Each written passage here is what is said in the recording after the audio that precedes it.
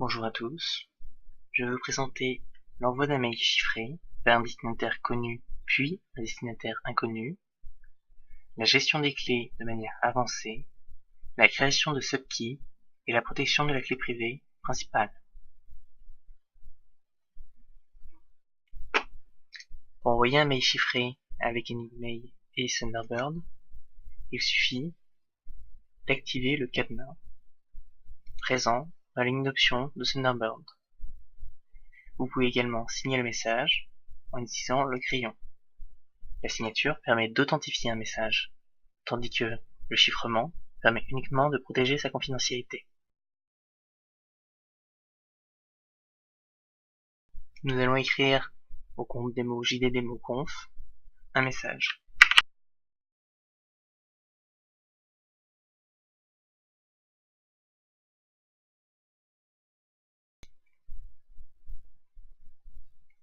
La clé étant en cache, il n'y a plus nécessité de le retaper. Il est possible de devoir retaper sa clé pour déchiffrer correctement le message.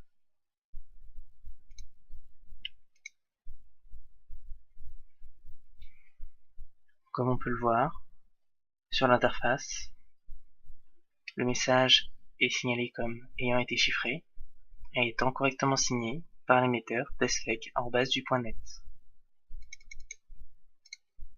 La vérification est détaillée ici et il est possible d'obtenir davantage d'informations en passant par l'interface d'Enigmail.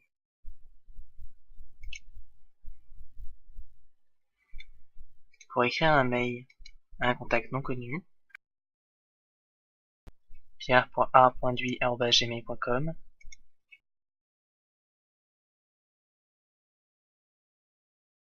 la clé n'est pas connue encore de l'expéditeur.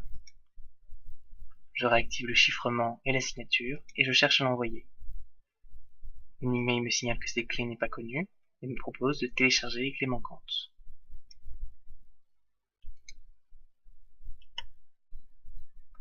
Pierre Duy indiqué ici en gris est une clé expirée. Il faut utiliser la clé active et, en cas de présence de plusieurs clés, vérifier auprès de son destinataire si la clé est correcte.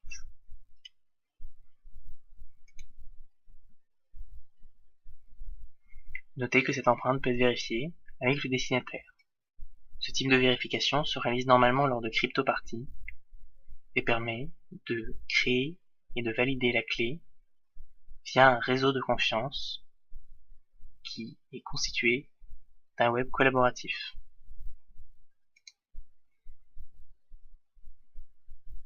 Le message est envoyé chiffré, comme il est possible de le voir ici.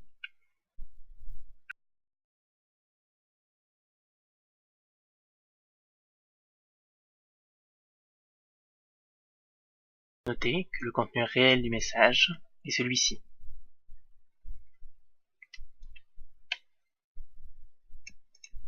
Le message est envoyé sous la forme d'une pièce jointe nommée encrypted.asc. Le nom de la pièce jointe, le format d'envoi et l'utilisation d'un format inline ou d'un format pièce jointe se configurent dans les options de configuration de Enigmail.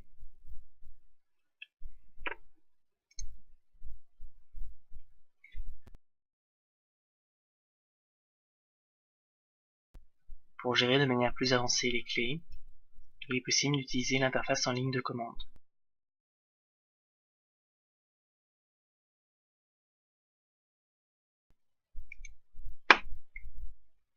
En effet, lors de l'installation de GPG4Win, nous avons installé un outil en ligne de commande.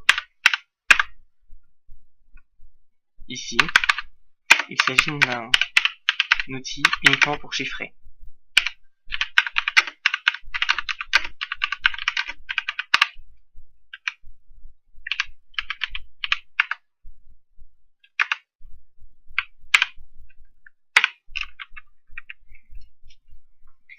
Si vous souhaitez utiliser d'autres options, vous pouvez avoir la liste de toutes les options avec GPG-help.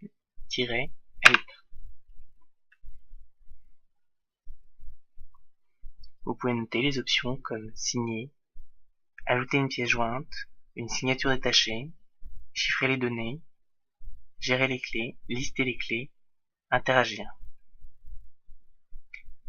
Pour protéger votre clé privée, il faut d'abord l'identifier. Nous allons nous occuper de la clé de John Doe. L'identifiant de ces clés est 70B2D5FE.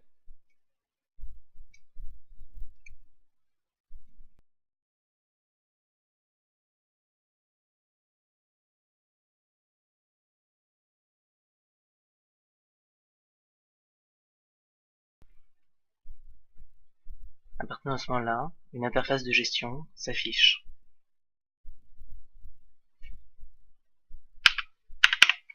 Nous souhaitons ajouter une clé de signature. En effet, l'objectif est de ne pas utiliser la clé maître pour signer les documents, mais uniquement pour signer d'autres clés dépendant du trousseau.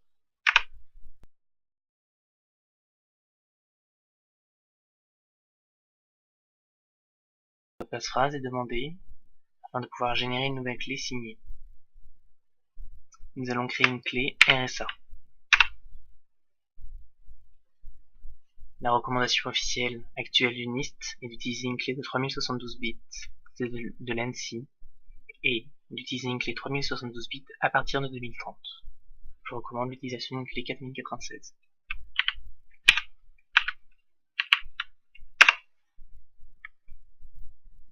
Comme il s'agit d'une clé uniquement pour une démonstration, nous allons fixer la date d'expiration à 5 jours. Plusieurs validations sont nécessaires pour confirmer votre choix.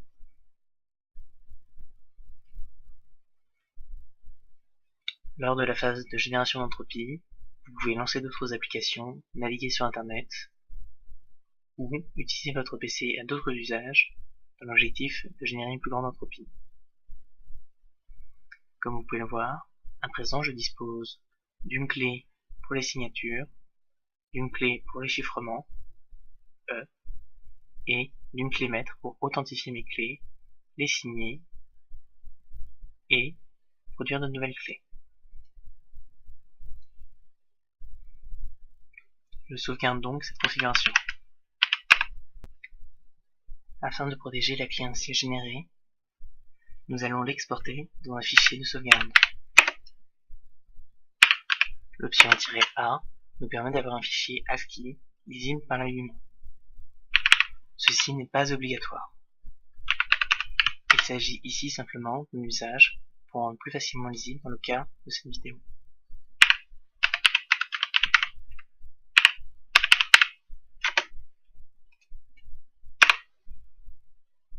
Comme vous pouvez le voir, la clé est particulièrement longue.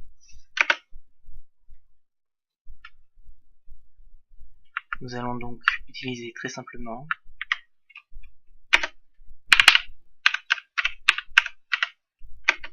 un fichier pour stocker cette clé.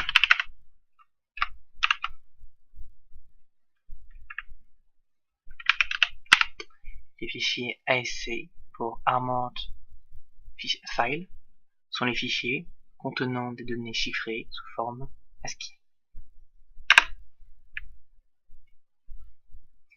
Ce fichier, secret.asc, doit être stocké à un endroit sécurisé, sur une clé USB offline et dans un conteneur chiffré.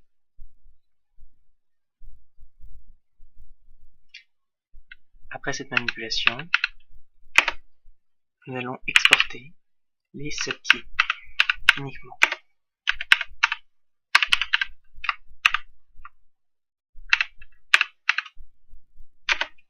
Notez l'absence d'utilisation de l'option "-A".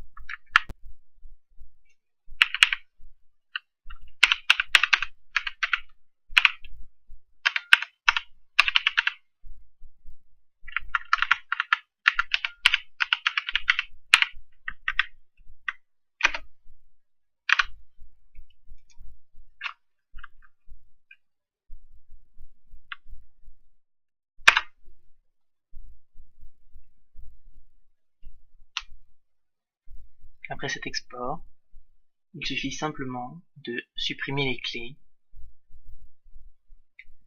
et le trousseau de clés concernant cet utilisateur.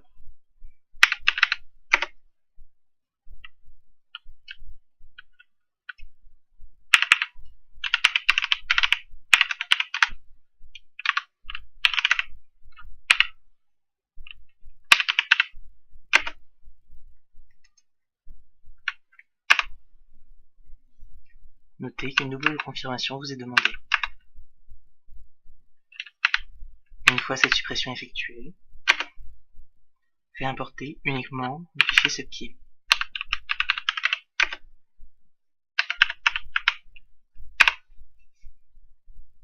Cet import vous permet d'avoir uniquement les clés, les subkeys stockées sur cet ordinateur.